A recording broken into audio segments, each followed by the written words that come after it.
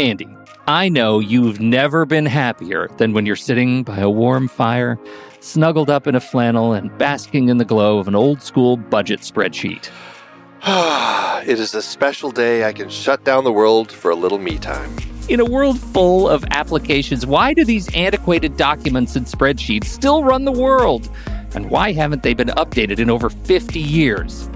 That's why we want to talk about Coda. Coda is a new kind of doc that brings words, data, and teams together. It comes with a set of building blocks that anyone can combine to create a doc as powerful as an app. Coda runs our entire business here at True Story FM, from show scheduling across dozens of podcasts and scripts for thousands of episodes, to budgets and plans and wikis and more. Coda lets us see our business in a new light. If you'd like to shine a light on productivity in your business and save money along the way, check out Coda today at thenextreel.com/Coda.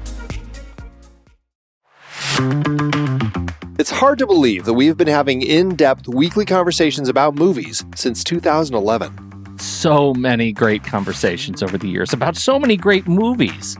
All that said, producing this show week after week requires a ton of work behind the scenes. Becoming a Next Reel member gives you access to all sorts of additional and exclusive content. Plus, you're helping us keep the lights on. Just head to thenextreel.com/membership, where you can learn more about becoming a member, which costs a measly $5 a month, practically the same as one fancy coffee drink. And you get so much more. Every month, we record a bonus episode exclusively for members. Those episodes cover movies from whatever series we're covering at the moment, or add to previous series. Some movies we've covered that only members get to hear us discuss include The Blues Brothers, The Russia House, Naked Lunch, Independence Day, The Hot Rock, and Relic, the better one. Plus, members get to vote on what we're going to discuss for those episodes. We also record additional pre- and post-show content in regular episodes that only members get to hear, like conversations about similarly themed movies. And answering listener questions from our live member chat. Speaking of our live member chat, we record almost all of our episodes in Discord, where members can chat right along with us live. Members get access to other members-only channels in our Discord community as well. On top of all that, members get all episodes a full week earlier than everyone else in a private Next Reel feed just for them that includes all the shows in the Next Reel family. The Next Reel, the Film Board, movies we like, Sitting in the Dark, and more new projects on the way. To top it all off, members don't have to listen to ads. We've already eliminated those annoying, dynamically inserted ads that, let's face it, we all hated. We are listening to you. We love podcasting for a living, and those ads help to pay the bills. Now, we're counting on you, dear listener. We promise we aren't going back to those terrible, dynamically inserted ads that don't relate to us at all. All we ask is that you consider supporting the Next Reel family of podcasts with a membership. Again, it's $5 per month or $55 per year. Just head to thenextreel.com/membership. thenextreel.com/membership. Get your access to early, ad-free episodes with bonus content, member bonus episodes, and access to member channels and live streams in Discord by signing up today.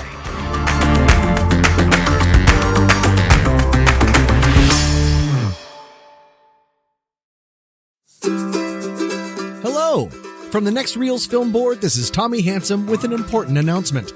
The following podcast includes movie audio clips that contain unbleeped profanity. Such profanity may include damn, hell, nuts, butterf, McGee, doodle, Captain fuck, and toot toot, here comes the diarrhea parade. Listening discretion is advised.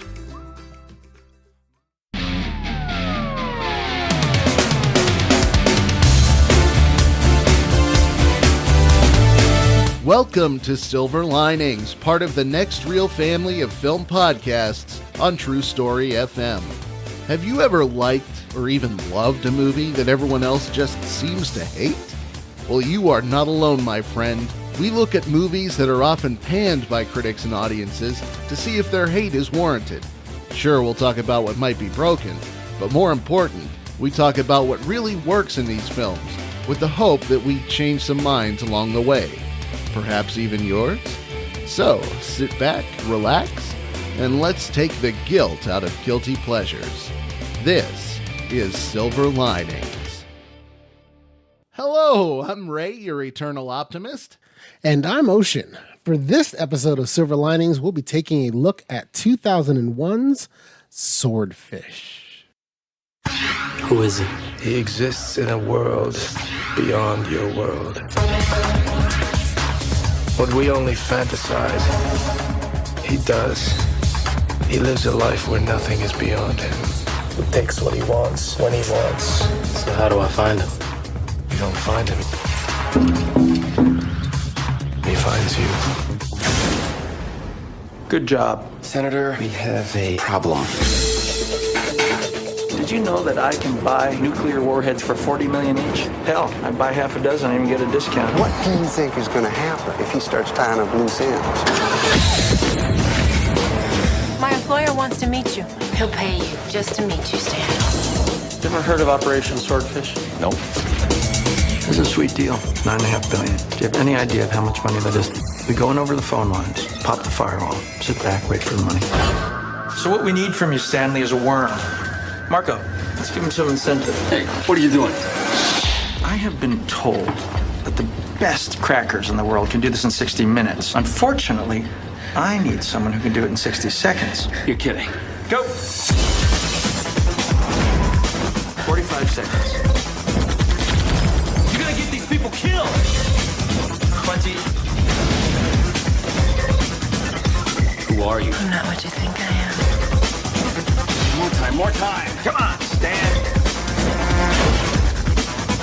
15. I think that you think I'm a bank robber. The truth is that I'm worse. Control, be advised that this is now an aerial pursuit. Hold on. 3, 2, 1. Too bad. You gotta die. No, wait! Not everything ends the way you think it should. John Travolta, Hugh Jackman, Halle Berry, and Don Cheadle. Swordfish. So I guess we should start off by talking about how we were personally introduced to the film. So I'll go first since I'm super excited about this movie. I saw this movie in theaters. And when I saw this preview, I was instantly hooked. I said, hey, we have a preview of Wolverine as a computer hacker, and I'm in. So I saw it in theaters. I loved it immediately. I purchased the movie as the day it was available on DVD. I thought it was a really fun ride at the time and really enjoyed it. And actually, it inspired me for at least a week of thinking about becoming an international computer hacker. How did that pan out for you? Well, I turns out I did not become an international computer hacker. I do work with computers. I'm a computer programmer, but I don't hack into systems illegally. Although, honestly, seeing this movie made me want to start. I get that. I just hope the job interview wouldn't be quite the same. No, I want that same interview. That's the one I want. that's the job interview I'm going for. So how were you introduced to the film? Well, there's this guy named Ocean Murph who hosts Silver Linings, and he told me that we should watch this movie. No, I'm kidding. Yes. So I did actually just watch it for the first time for this show, but it wound up on my radar not very long after it came out because there was a friend of mine in high school who really loved this movie, and he would keep saying, dude, you got to watch Swordfish. You got to watch Swordfish. But for whatever reason, I always put it off. So here we are. But, yes, here we are. I watched it on HBO Max, and I got to say it was a lot better than I expected. Well, that is great. And that dovetails well into the theme of the show. We should recap for a quick second that Swordfish is this movie came out in 2001. It stars Hugh Jackman, John Travolta, Halle Berry, and Don Cheadle. It was directed by Dominic Sena. As a director, he's known primarily at the time for making music videos, and really in his big movie credits are 1993's California. California is spelled with a K. It's a movie that starred Brad Pitt and Juliette Lewis. If you haven't seen it, it's interesting and weird. And Gone in 60 Seconds and Swordfish. The budget of the movie was $102 million. It grossed $69.7 million domestically, international $77.3 with a total box office gross of $147 million. So it did make money, but it was not the most critically well-received movie. As a side note, I think it's interesting to point out that this movie, which has a fair amount to do with terrorism and counterterrorism, came out just months before the 9/11 attacks in the U.S. So that's just an interesting factoid to keep in the back of your mind as we discuss this film. Yes, it is. It is very interesting how it became, in a sense, more timely than it initially was intended to be. You know the problem with Hollywood is? They make shit. So the critical consensus of this movie, and I like to always start with the Rotten Tomatoes recap, is that Swordfish is big on explosions, but critics dislike how it skimps on plot and logic. Also, the sight of a person typing at a computer just isn't that interesting. Being someone who spends several hours a day typing at a computer, I disagree with that. Nope. I find typing to be really enrapturing. So there are the mixed bag of reviews. I guess we can start with one of the bad reviews that came from Roger Ebert. It's his synopsis was, it's skillfully mounted and fitfully intriguing, but weaves such a tangled web that at the end I defy anyone in the audience to explain the exact loyalties and motives of the leading characters. Huh. Another not so nice review is from the BBC, where it says Swordfish is simply too inane to be anything more than a formulaic Hollywood blockbuster. Now, there were some reviews that were good. So from the Dallas Morning News, there was one that says, has a great opening, an exciting finale, and in between it rarely bores and often entertains. Also another one from Real Reviews, Swordfish at least remembers that this sort of film is supposed to be fun. But putting a wet blanket on those reviews, Newsweek says it's a good thing the action is noisily distracting, because if you don't want any downtime in which to ponder the plausibility or the sense of anything that is happening. And then CNN was along the same lines, where it says, don't look too closely. If you do, it becomes not just mindless, but ludicrous, preposterous, and downright stupid. So that is a very much negative review. A little harsh. To me, the basic criticism of the film is based on the expectations of a movie. The real genius of Swordfish is that it's a slick movie, and that it's fun to watch, and it keeps you guessing the whole time, right? And that's kind of what it's giving you, is it's being wrapped in a pretty package, but there's lots of complicated twists and turns along the way, and you kind of have to want to go with it as a ride, because it's somewhere between your Fast and Furious, which are just a nice fun ride and the plot doesn't matter and you don't have to care about anything, and something that's trying to, be more of a mystery whodunit and keep you guessing. And so I think straddling that line for some people was a little bit confusing, that they want, if it's going to be a whodunit or a guessing about things, then they want it to be more straightforward than the nice, beautiful packaging that this one had. Well, I think John Travolta's character, Gabriel, gave the audience fair warning whenever he talks about Harry Houdini, and he keeps bringing up the concept of misdirection. So I think just the fact that he kept bringing that up makes you think, okay, well, I need to keep my eyes peeled just a little bit here.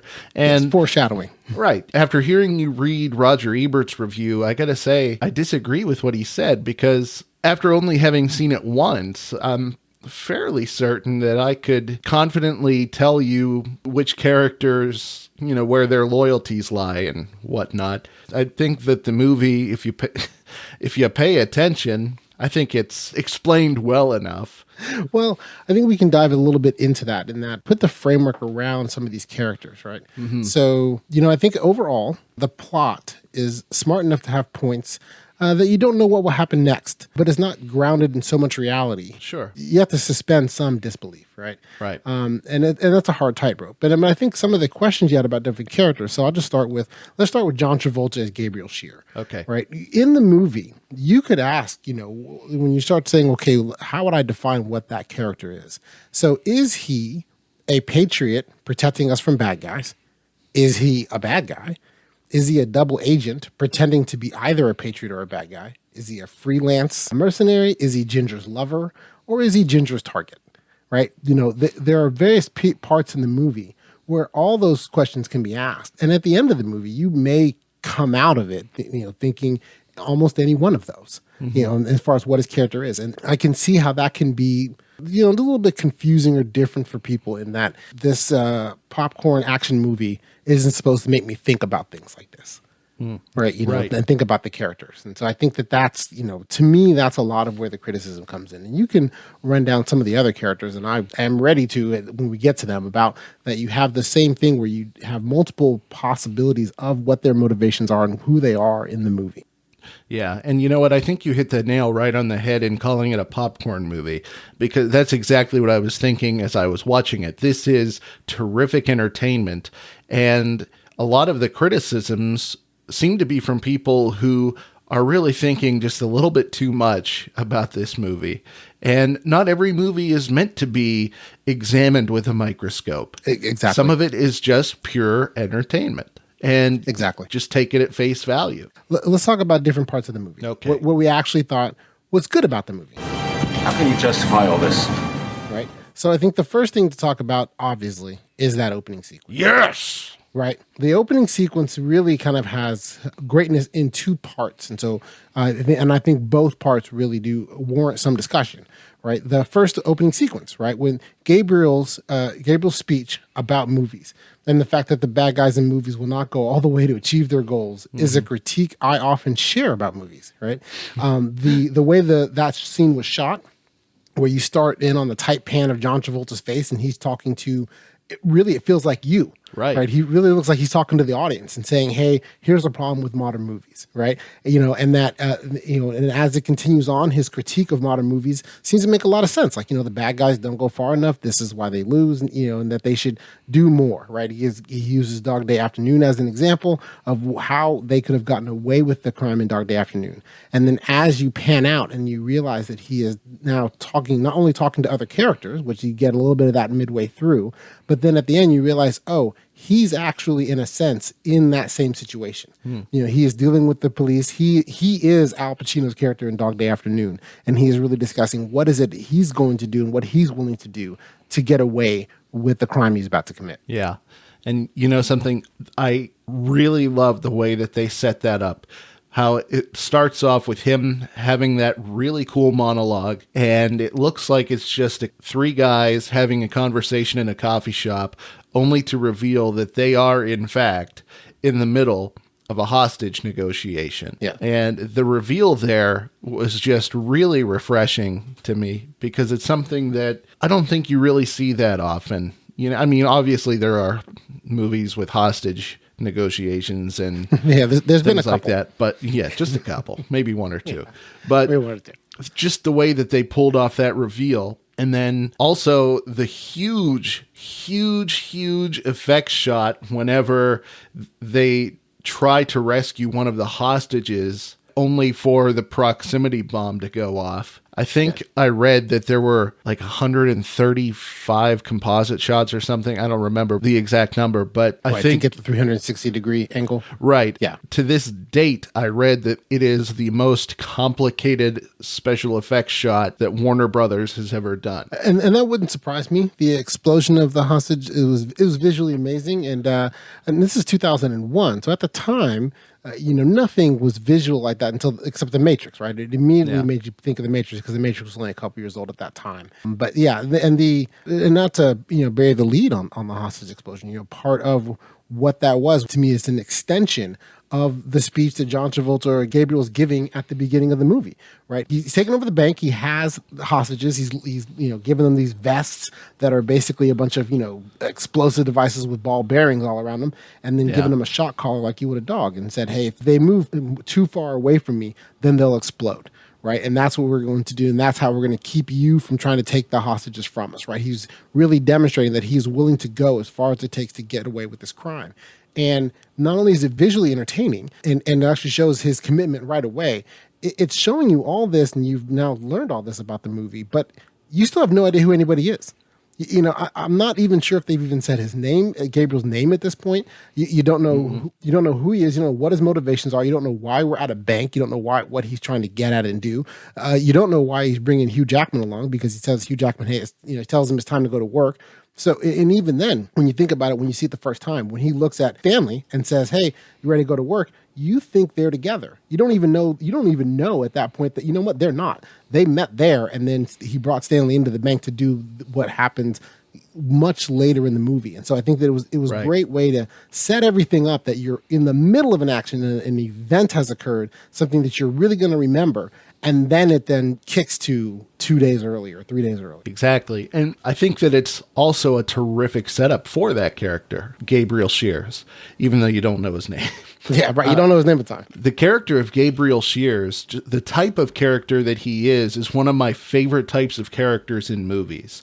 And why is that? Because basically, if you were going to look at it black and white, he is basically the bad guy, but he's the kind of bad guy that thinks he's the good guy, if that makes any sense. Well, yeah, the villain is always the hero in his own story.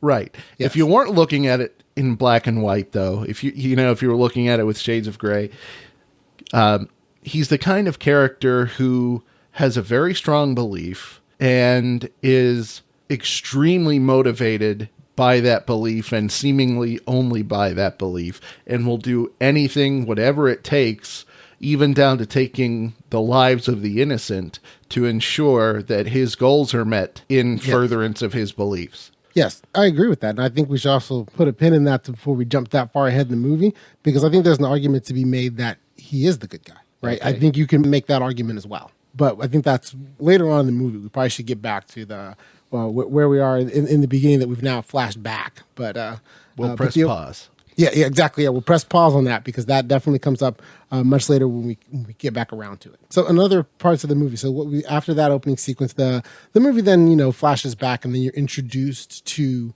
who really Stanley and Ginger, right? It's where you first get introduced to Ginger, who's Halle Berry, who, while I think she's great in this movie, there are some questionable choices that have been made in this movie about not only who her character is, but what her character does, right? And Halle Berry as Ginger, she also has, like, the two male leads. Her character also is confusing. Like, you don't know necessarily what is she, right? Is she merely a temptress there to convince our hero to commit a crime, right? Is she the second in command of the crime organization? Is she just Gabriel's lover, right? Or, and this comes in later, is she a DEA agent?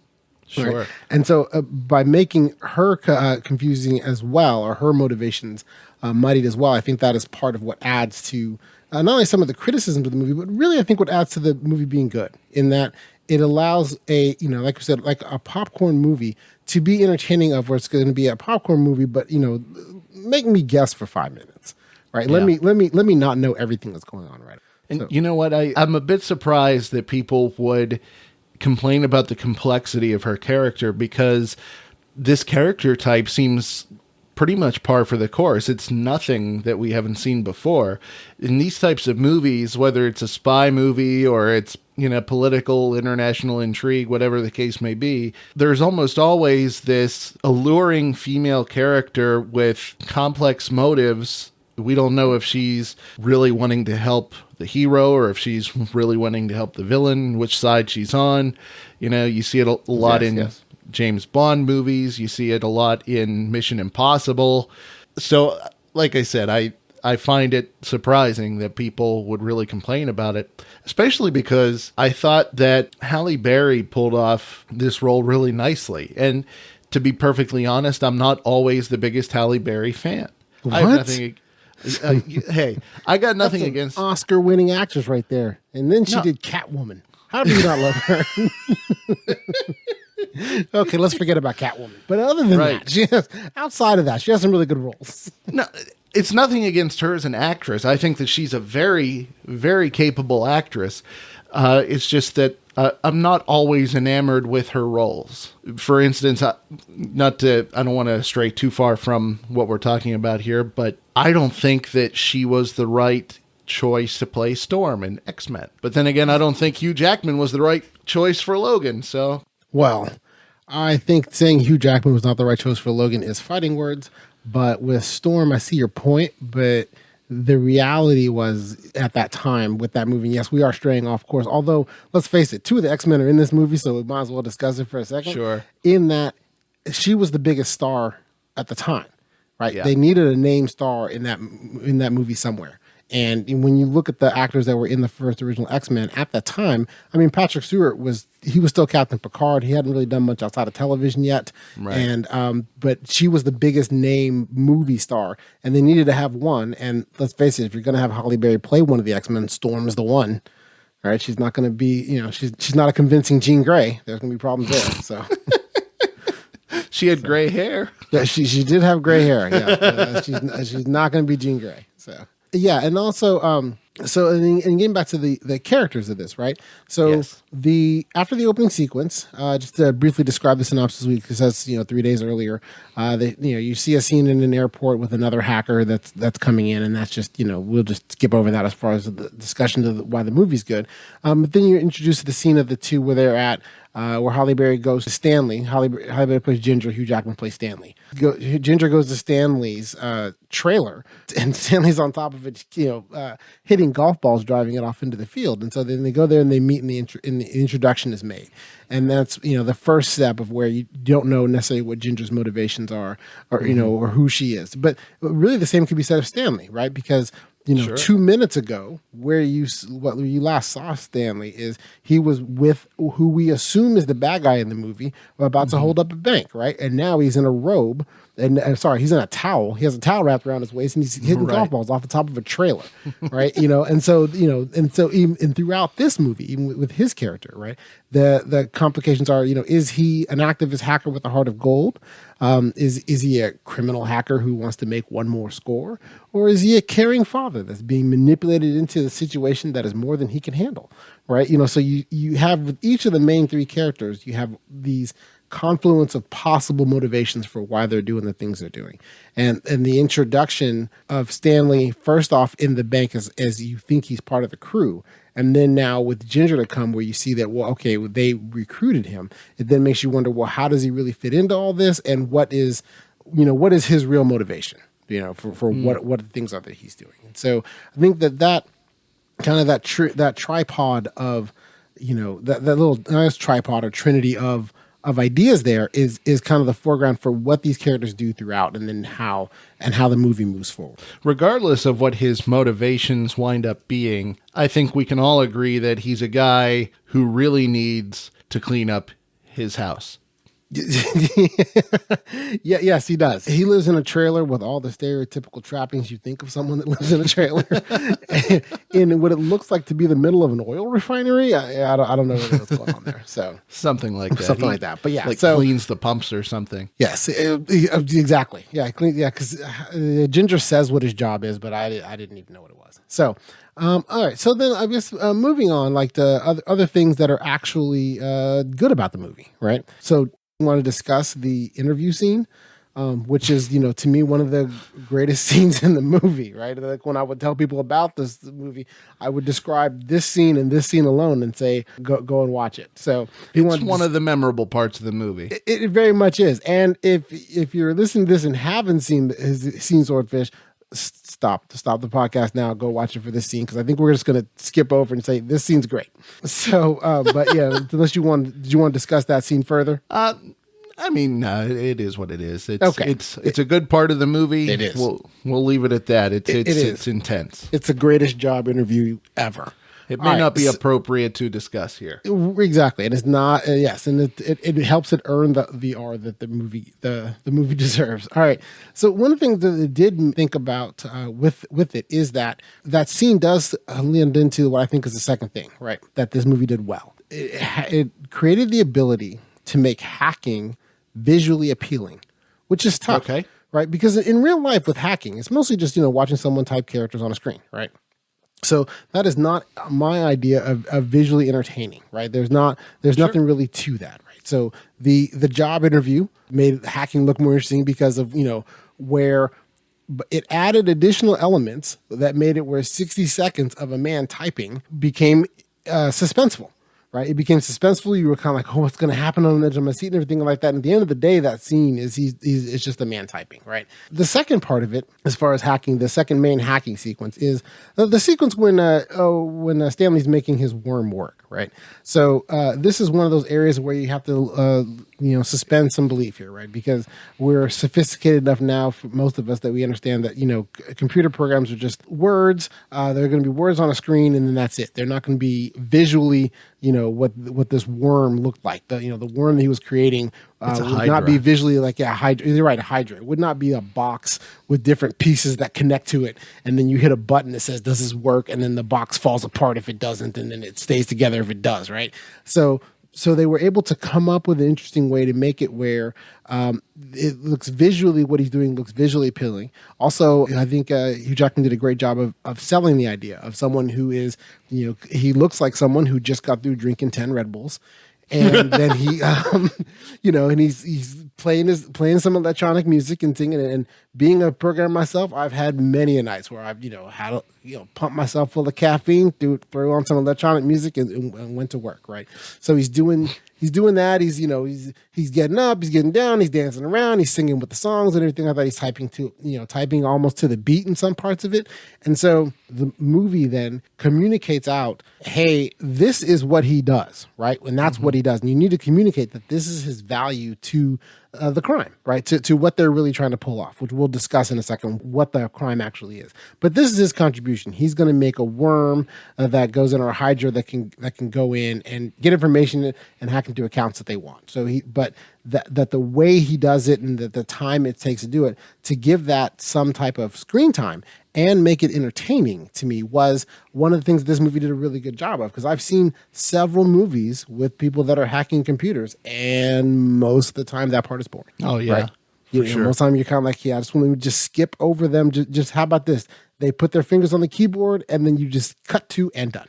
Right. But this made it where it was like, hey, I'm actually kind of with it for a bit. It wasn't too long, but it did allow you to then see, okay, well, here's his real value. He's not just, a pretty face or anything like that, because he's not muscle. He's not the brains. He's basically the hacker that's going to go and do it. And so to demonstrate that visually in a way that is entertaining in a movie, I think that to me is one of the things that this movie deserves credit for, that they did a really good job of. It is very aesthetically pleasing. Another thing I think we should then discuss with that is about how, maybe we should take a step back to say, well, what is the actual plan, right? That Gabriel setting in motion, right? Which actually tells us what the title means. Exactly. So do you want to go through what the actual plan is? What are they trying to do? So, in the movie, John Travolta, Gabriel sits down with Stanley, played by Hugh Jackman, and he tells him what they're doing.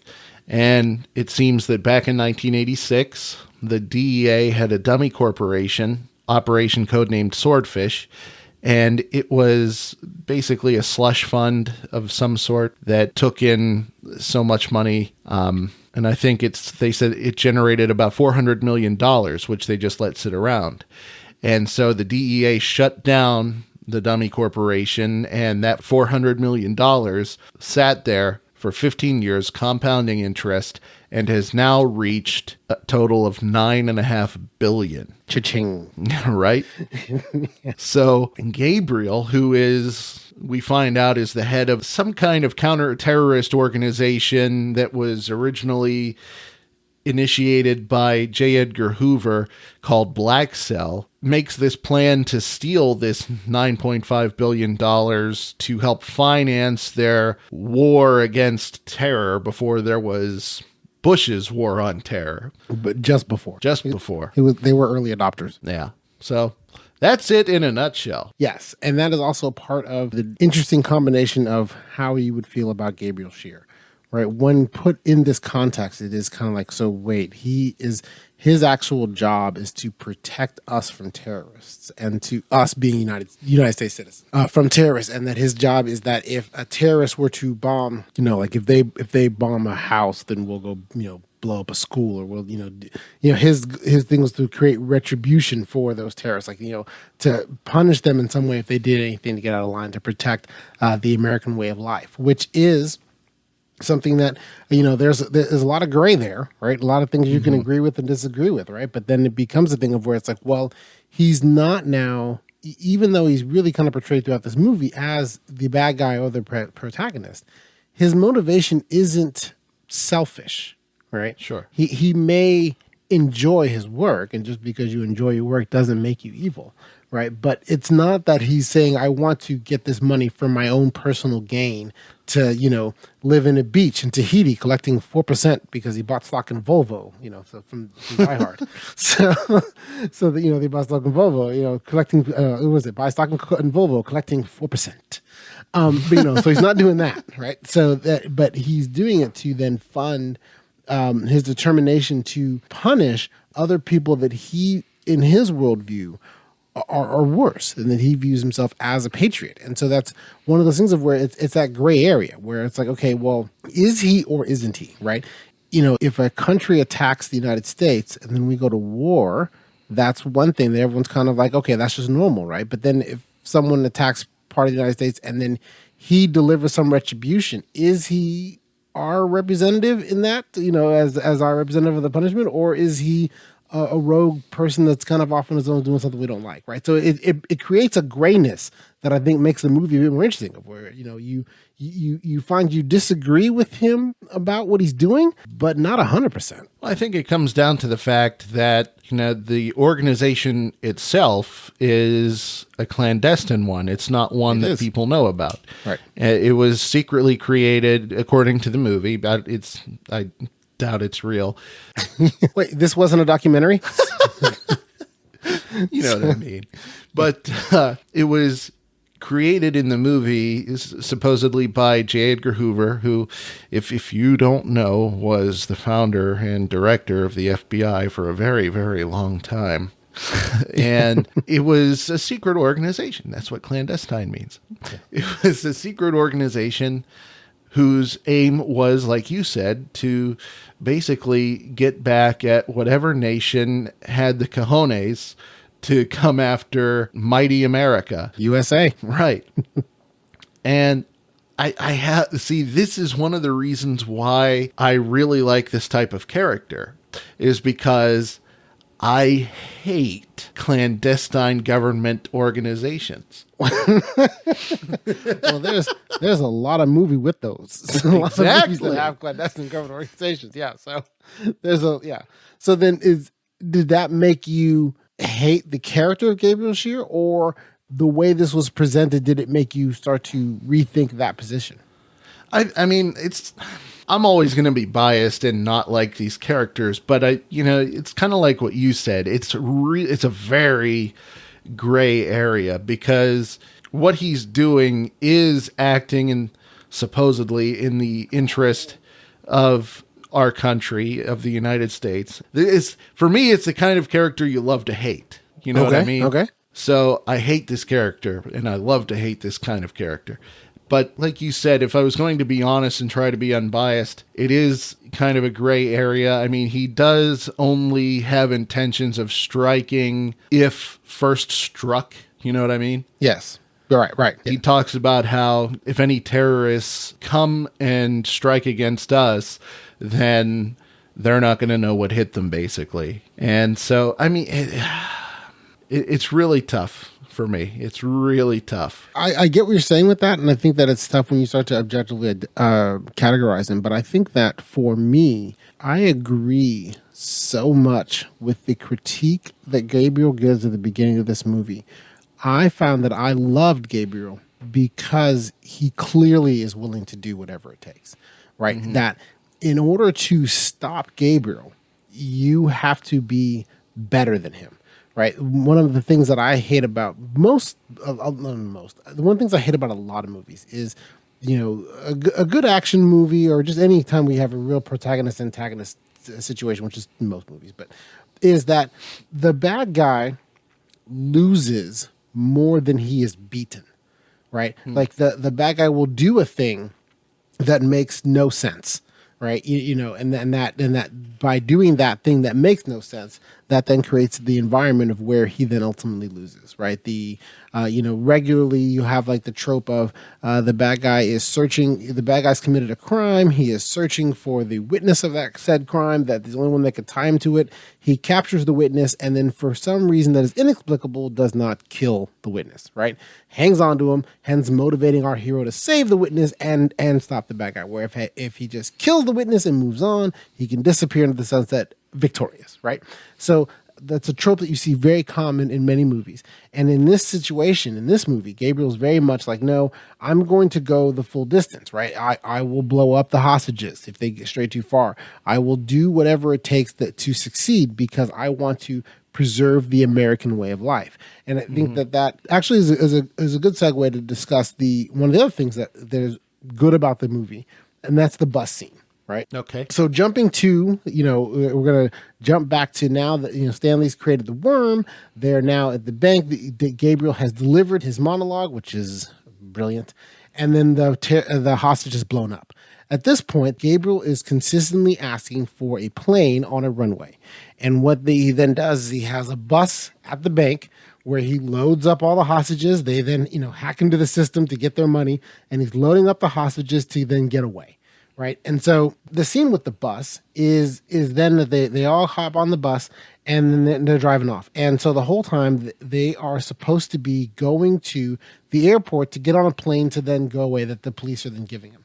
And instead of that, what he does to maintain his sense of misdirection is they pop open four corners of the roof. A helicopter comes, grabs the bus and lifts the bus in the air, and they start flying the bus over the middle of LA. Right now. This is another area where obviously you must suspend some disbelief because that's kind of crazy they can do it with the bus, but it works. It works in that it's like, hey, he told them he was going to do one thing and he does something else entirely different. That is smart. It makes it where the police that are obviously following the bus on the ground the whole time, which of course they are, is going to follow them to the airport. And then it becomes like if you think about that first part, it's like, well, you put yourself in a box, right? You've created a scenario where I'm on a bus. I can have 100 cops following me. I go to an airport. I'm supposed to get all the hostages off the bus onto a plane that then flies off in the air that is completely controlled by the police. Well, that's stupid. So let me take the bus and put it in the air. And by putting it in the air, I can take a route that the police can't follow quite as easily. I can get a bit of a head start, a bit of a lead from them, away from them, to then try to really escape and get away with the crime. And the visual of the bus, which is great, right? The bus is misdirection, which is set up throughout the whole movie, and then the visual, where it's like you have a bus flying over the middle of Los Angeles, right? And there's some twists and turns. Sometimes with the helicopter can't get high enough, the bus has some wires cut, some people start, you do the basic trope of people starting to fall at the back of the bus, right? But it's an all-around great sequence and a great scene, and it allows the movie to continue keeping you guessing, because at that moment you don't think that that's what's going to happen. You think that you're going to go down the normal comfortable path that you're used to of, oh, okay, well, they're going to try to go to the airport, they're going to get stopped there and killed, and we're going to move on and be happily ever after, right? But with the bus going in the air and flying into the top of a building, you've now gone in an entirely different direction, and you've made not only the characters more interesting, but the story maintains some momentum. Yeah. And, I think it would have been extremely exciting when it first came out, because it's something that hadn't really been seen before. I mean, exactly. I think the biggest bus scene that I can think of would have been Speed. And this is the biggest bus scene ever. Right. So that's the high bar.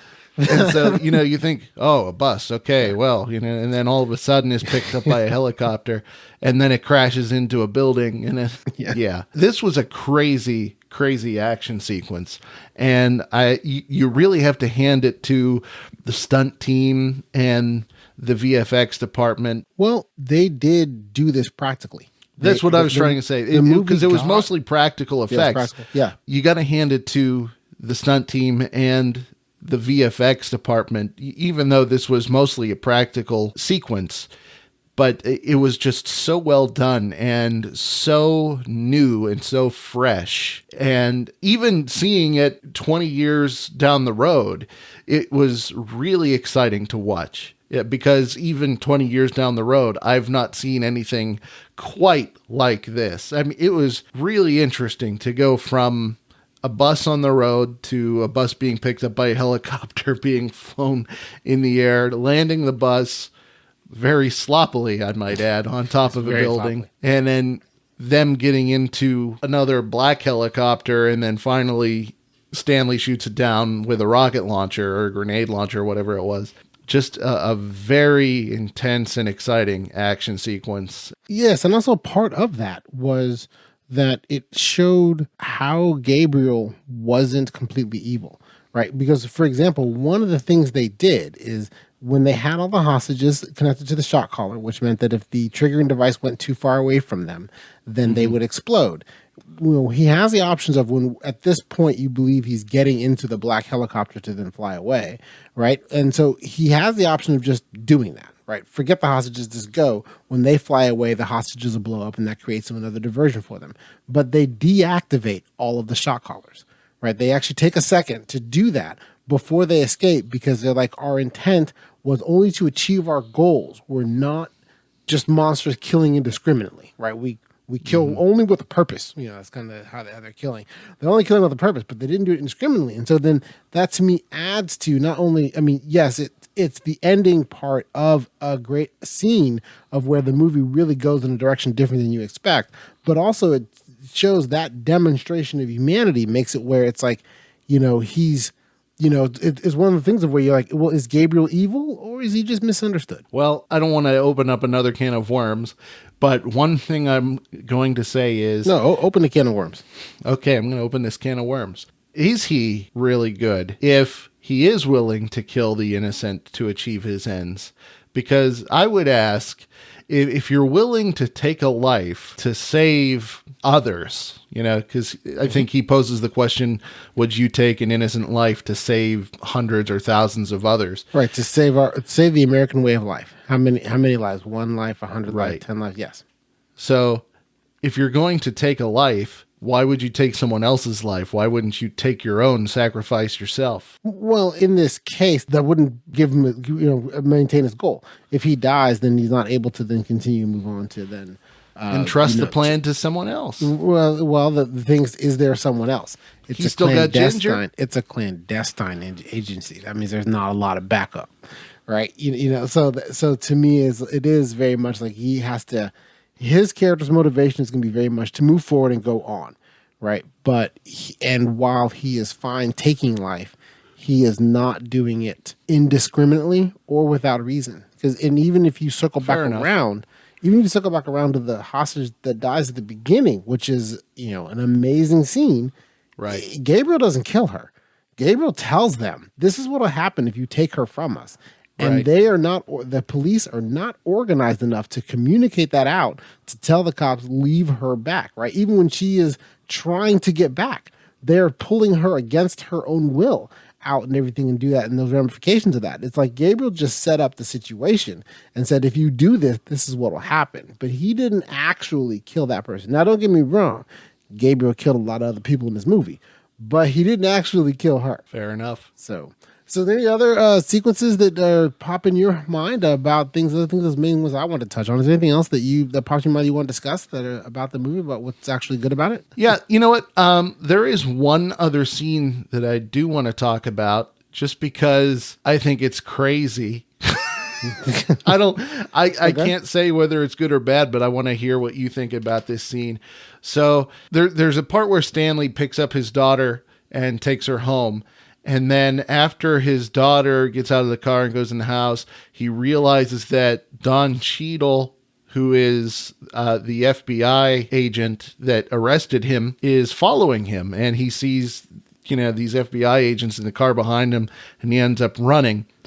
I thought that was an interesting sequence, particularly the sequence where he gets to the edge of a cliff, realizes he's trapped, and proceeds to jump off of said cliff and roll down the very steep, I don't know what you'd call it, an embankment or whatever. No, it's a cliff. It's what is that? Probably like a 70-degree angle cliff, but it's a cliff. So, I mean, that was pretty crazy. I mean, I saw that. I'm watching this, And all I can think of is, oh, wow, my brain would hurt so much if I survived that. Yes, but I think that of the scene, I think that is one of the things on that is interesting about the movie, in that it's a different scene as far as doing that. Because a lot of times in that scenario, you go one of two ways. The person running would stop and realize, okay, that's just crazy, I'm not going down there. The people chasing them wouldn't go down after him as well, right? Because that was the other part. Normally, a lot of times the person being chased stops, but then in this case, when they go, in most movies, the people chasing them don't also follow them down.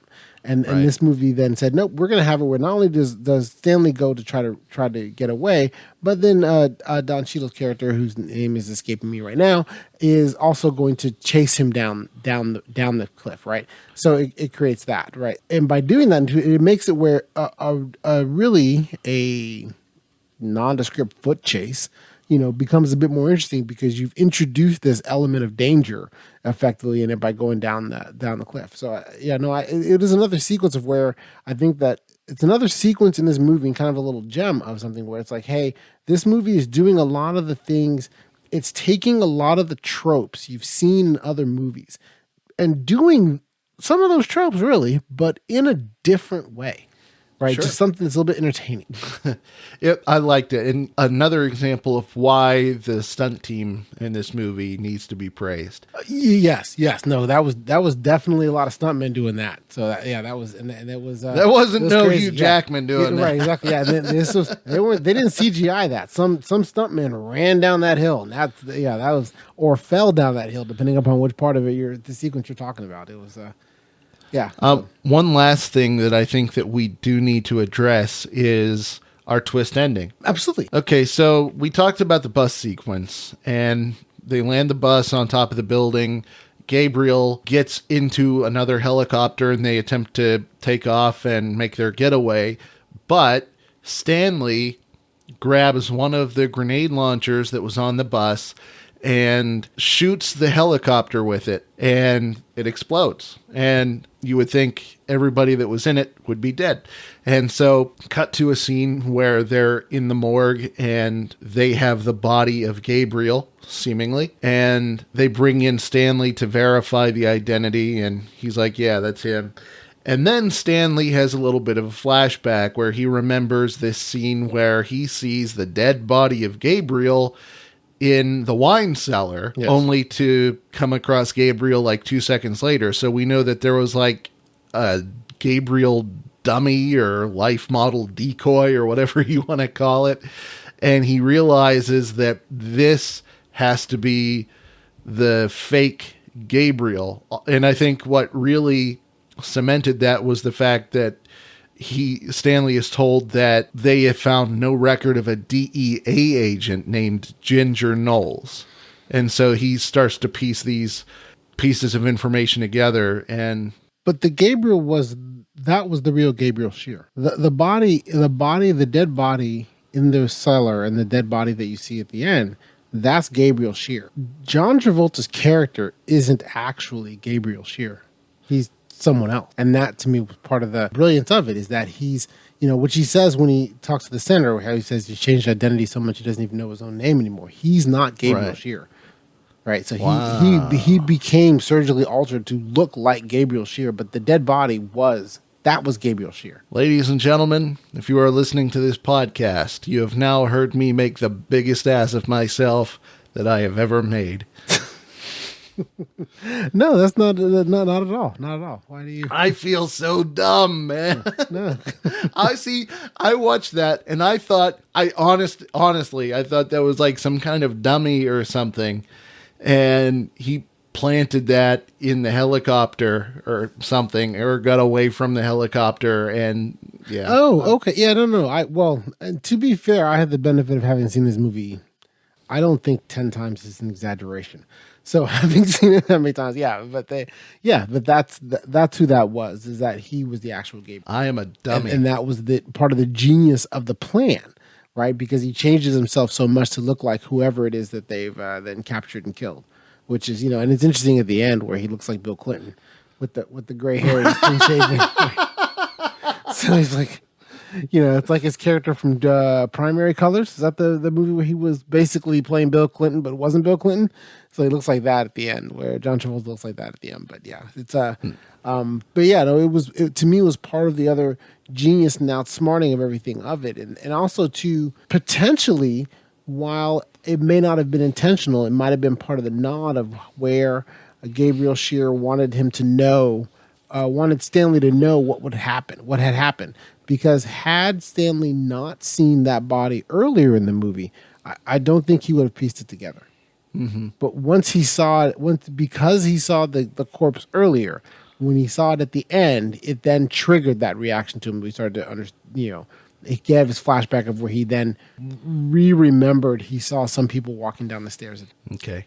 So the twist ending then, I think it's safe to assume, works for you. It does, especially given that they went with the new ending, with the ending that you see in the theatrical release, right? Where the twist is not only that Gabriel Shearer is not in the helicopter. Well, at least John Travolta's Gabriel Shearer is not in the helicopter, but gets away. Cut to scene a few minutes later. Ginger is alive and goes into a bank and withdraws all the money, right? And I think that's exactly how this movie should end, right? That Gabriel Shearer's character was smarter than everybody else the whole way.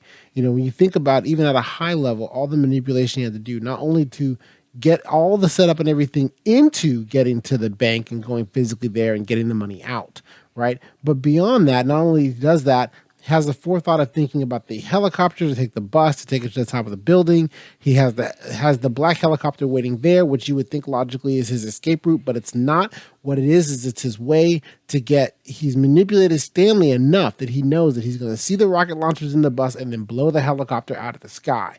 And then when he does, that gives him the true perfect getaway of, they're not going to look for you if they think you're dead, right? And that's what he did. He manipulated everybody to get to that point, and that his true genius and mastermind dictates that in this movie he needs to get away with the crime and get the money, right? You can't have some hackney thing later on where Hugh Jackman does a thing and stops him or whatever. That's just ridiculous. Right? If you're able to put all that together, you're going to get away with it, and that to me was part of the enjoyment of the movie. Is that and I'm going to say it in quotes, bad guy won. You don't have to say it in quotes. He's the bad guy. Well, is he? I still think that it's one of the things that you can go down the rabbit hole to argue. Is he or is he not the bad guy? But, sure thing. So what do you think the filmmakers' goals were?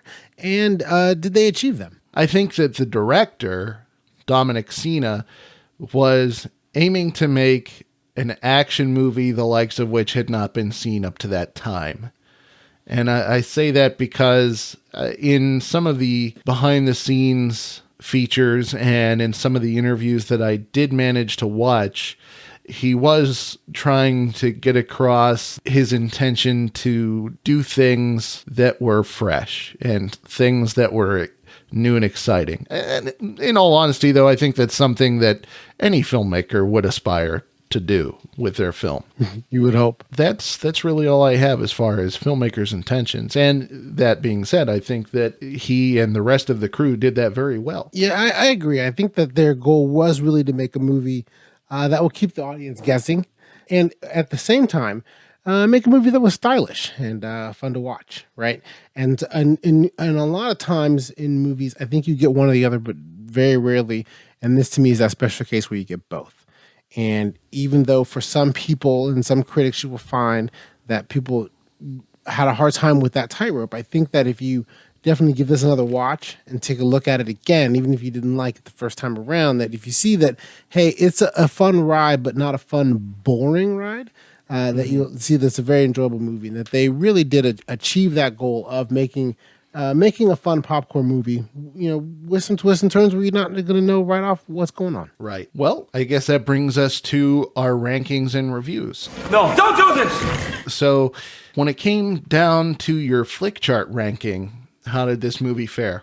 Well, for me, this is a movie that I love. And so for me on the flick chart, It was ranked number 95 out of 400 movies, which meant that with Flickchart it should be of 4 stars, but I looked at Flickchart and said, no, that is not a good enough rating for this movie. It is 4.5 stars. And if it was on Letterboxd, it'd be 4.5 stars with a like.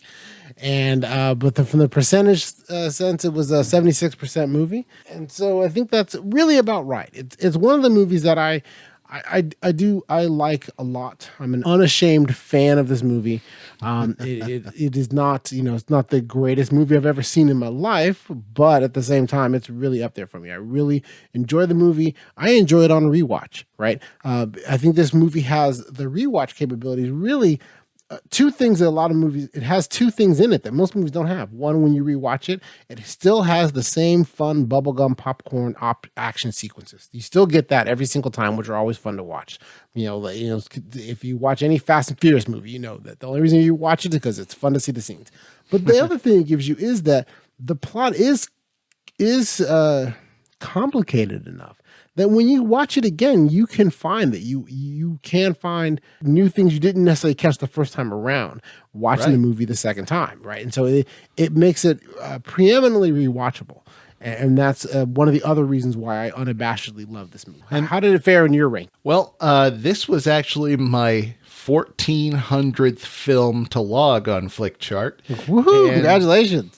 Thanks. And it landed at spot number 499 out of 1,400, which is a 64%. Flickchart recommended a star rating of 3. I went with 3.5. I was very close to giving it 4, but I stuck with 3.5 for now. But I feel like on future viewings of this movie, it could very well go up to 4. Yeah, good. If I knew you were coming, I might have cleaned up a little. Good. And I guess then let's go into the final evaluation. Do you feel that this film deserves the bad rap that it gets? Hell no. Hell no. No, I mean, like we were saying at the beginning, a lot of people thought that this was too convoluted, and I think that people just overthink it. When I was watching this movie, I saw this as kind of an amalgamation of Heat, The Matrix, and the first Mission Impossible movie. And I think that's good. That's fair. Yeah, it's fair. Yeah. If you look at the first Mission Impossible, which I love all the Mission Impossible movies, even the second one. The second was my favorite until I should have just watched it once and stopped, because that was the best. But if you look at that first Mission Impossible movie, its plot is, I would say, is just as crazy as this one, and yet it's very beloved. So just the fact that people would complain about the plot here just amazes me, to be perfectly honest. I don't get why so many people would complain. It's entertainment. It really is. And so if we hopefully we have convinced you to carve a few hours out of a Saturday afternoon and sitting around and you think you want to watch something maybe you've already seen, to check Swordfish out again, and you'll see how really entertaining this movie is. Right. Oh, and I don't know if you caught it, folks, whenever we talked about it at the beginning, but as of the date of recording this show, it is available on HBO Max. So go watch. Exactly. Already included with your subscription, and that's the right price for anyone. This has been Silver Linings, part of the Next Reel family of film podcasts on TrueStory.fm. We hope you've enjoyed this episode, and that we may have even inspired you to give this movie a second chance. If you'd like to get more involved with the Next Reel community, visit thenextreel.com/membership. For just $1 a month, you can become a one-reeler and join our online community in our Discord server. And for a few dollars more a month, become a two-reeler supporter and join us for show live streams as we record, early access to shows in your very own personal podcast feed, and access to the super secret member channels in Discord. Plus, you can now support with a single annual donation at either level. Thank you to everyone who's joined us and to all who are checking us out. Your support allows us to keep producing and growing the Next Reel family of podcasts here at TrueStory.fm. See you in the next episode.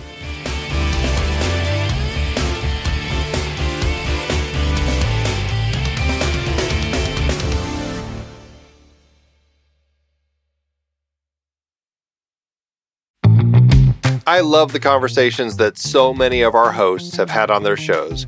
Steve and JJ on Trailer Rewind, Ray and Ocean on Silver Linings, even Tommy's short-lived Wait, Hear Me Out. So many listeners want to make sure they've watched the movie before tuning in to any discussion on our podcasts. Well, you know, the best way to watch the movie is to look it up on our watch page. Our watch page lists all the movies that we have discussed on all the shows from the Next Reel's family of podcasts, including the one you're listening to right now. It's your one-stop shop for Apple and Amazon links where you can rent or buy the movie. Trailer Rewind movies like Raw, The Nice Guys, The Peanut Butter Falcon, or Free Fire. No, Wait, Hear Me Out movies like Josie and the Pussycats or Return of the Living Dead. Or Silver Linings movies like Repo Men, Daredevil, and The Wolfman. Plus, by using those links to rent or purchase movies, Apple and Amazon will show us a little bit of love, which allows you to support our family of shows with minimal effort. It's a great way to support the show and find something to watch. That's right. Head over to thenextreel.com/watch to pick out your next movie and start watching today.